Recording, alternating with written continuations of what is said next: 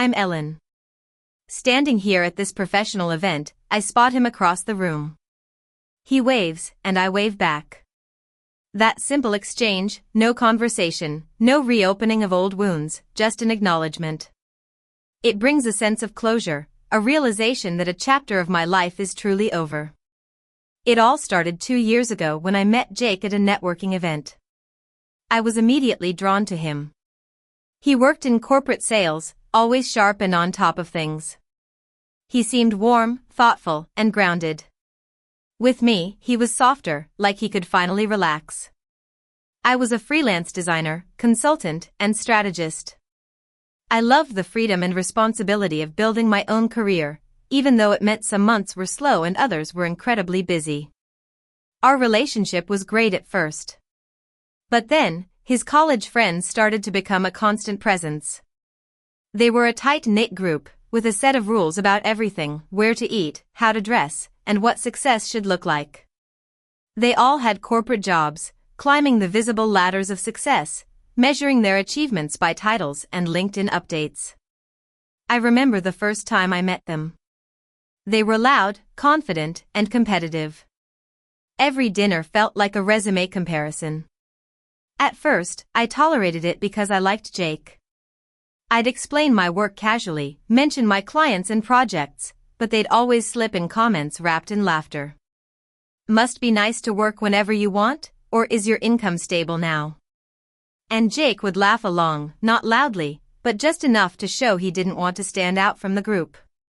One night, after a long day of trying to meet a stubborn client deadline, I was sitting at my laptop past 1 a.m. The apartment was quiet, except for the hum of my computer fan and the distant city noise. I heard the door open and close, and then his uneven footsteps. He'd been drinking. He dropped his keys into the bowl by the door with too much force and sighed, like the night had exhausted him. He sat down heavily on the couch, elbows on his knees, staring at the floor. "We need to talk," he said. That should have been my first warning. I closed my laptop and asked what was going on. He hesitated, and then the words came out: "My friends think you're just dead weight. They think you're holding me back, that I'm the one carrying the relationship. Carrying you." I felt a cold, steady feeling settle in my chest. I asked him how exactly I was being carried. He said vaguely that he had a stable job and that he was the one with direction. I stood up slowly and asked if that was what he and his friends really thought. When he said, "Does it matter?" everything became clear. I calmly told him that if I was dead weight, then he shouldn't carry me. He was startled. I continued, saying that the problem was solved, and he didn't need to fight for anything. He asked if I wasn't even going to argue. I replied that his friends had already convinced him I wasn't enough, and he'd agreed with them.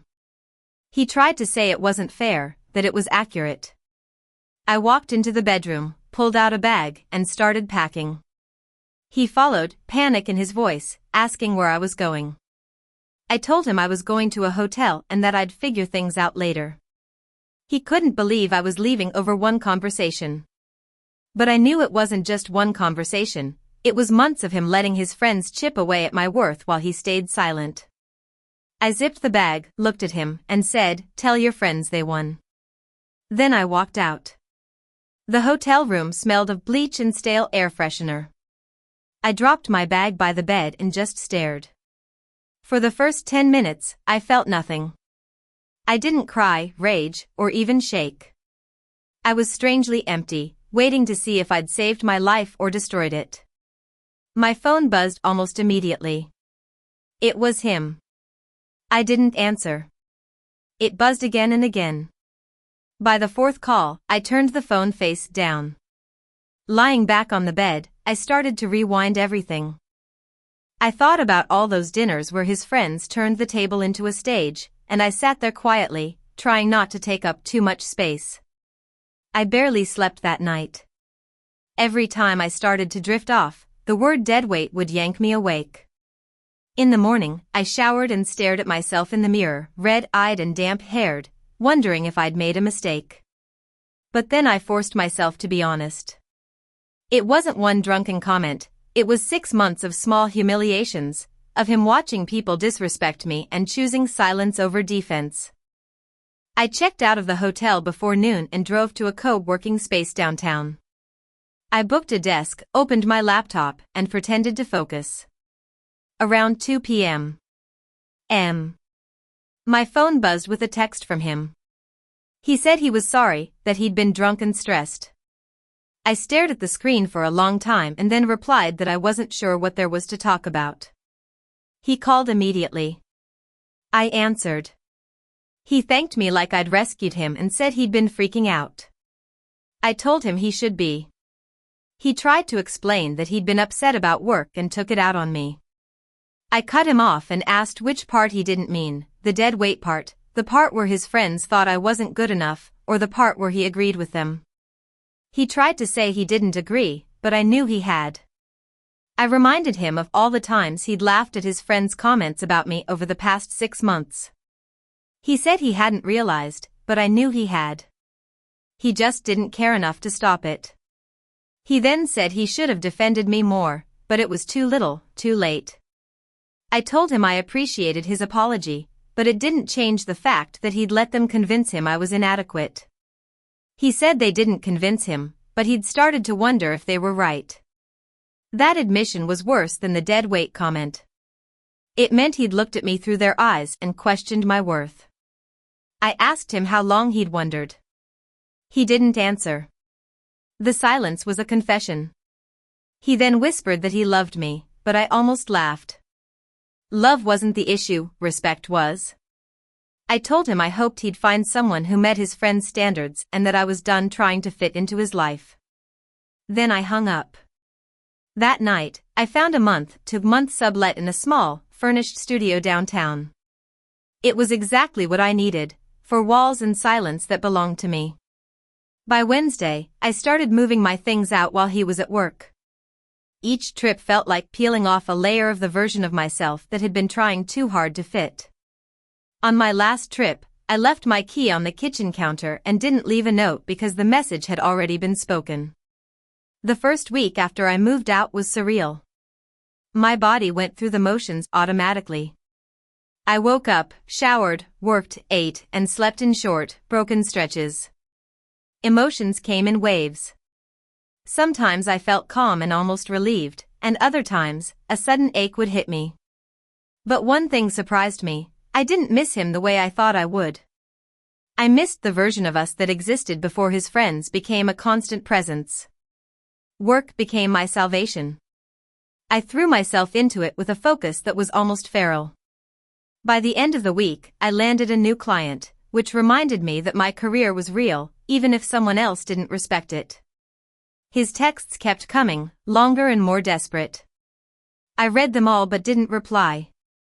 Something had shifted, I wasn't angry anymore. I was clear.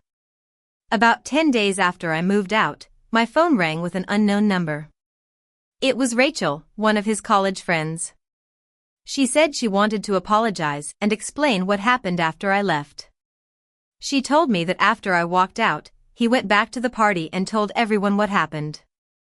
At first, people were supportive, saying I'd cool off and come back. But then Lauren, the ringleader of the group, said that now he could finally date someone worth his time. She said it like my leaving was a good thing, an opportunity.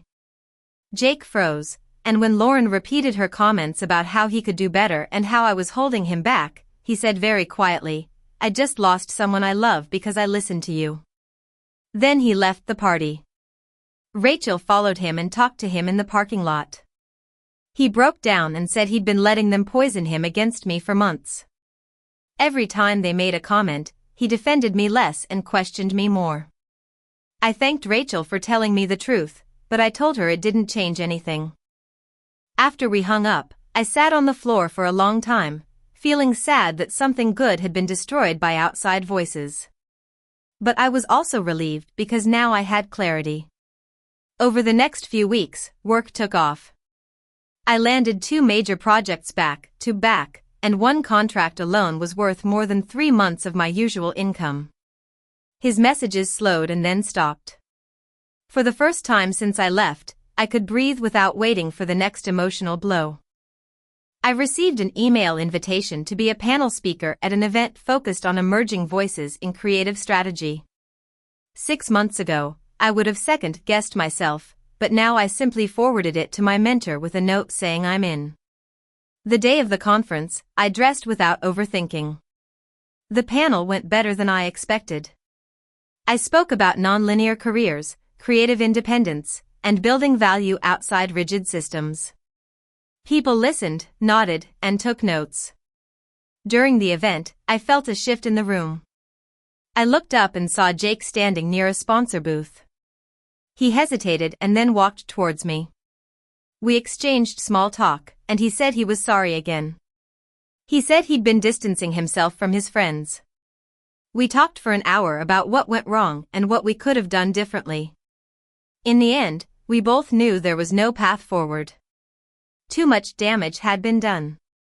When we stood to leave, he said he hoped I'd find someone who saw me the way I deserved to be seen. I told him I hoped he'd learn to see himself clearly without needing a crowd to tell him who he was. We hugged briefly and then went our separate ways. 3 months passed quietly after that coffee. Work flourished. I raised my rates, turned down clients who drained me, and hired an assistant. I heard through mutual acquaintances that Jake had been promoted and that he'd started therapy. I started dating again. Nothing serious at first. Then, about 2 months after the conference, I met Daniel, a photographer. We met at a gallery opening and laughed about our shared confusion over an abstract piece. He understood the freelance life, the feast or famine income, the freedom, and the anxiety. Last week, he met some of my friends. One of them told me that he lit up when he talked about my work. That was a stark contrast to Jake, who had only tolerated my work. 6 months after leaving the apartment, I moved into a better one. My assistant became a business partner, and we started talking about office space.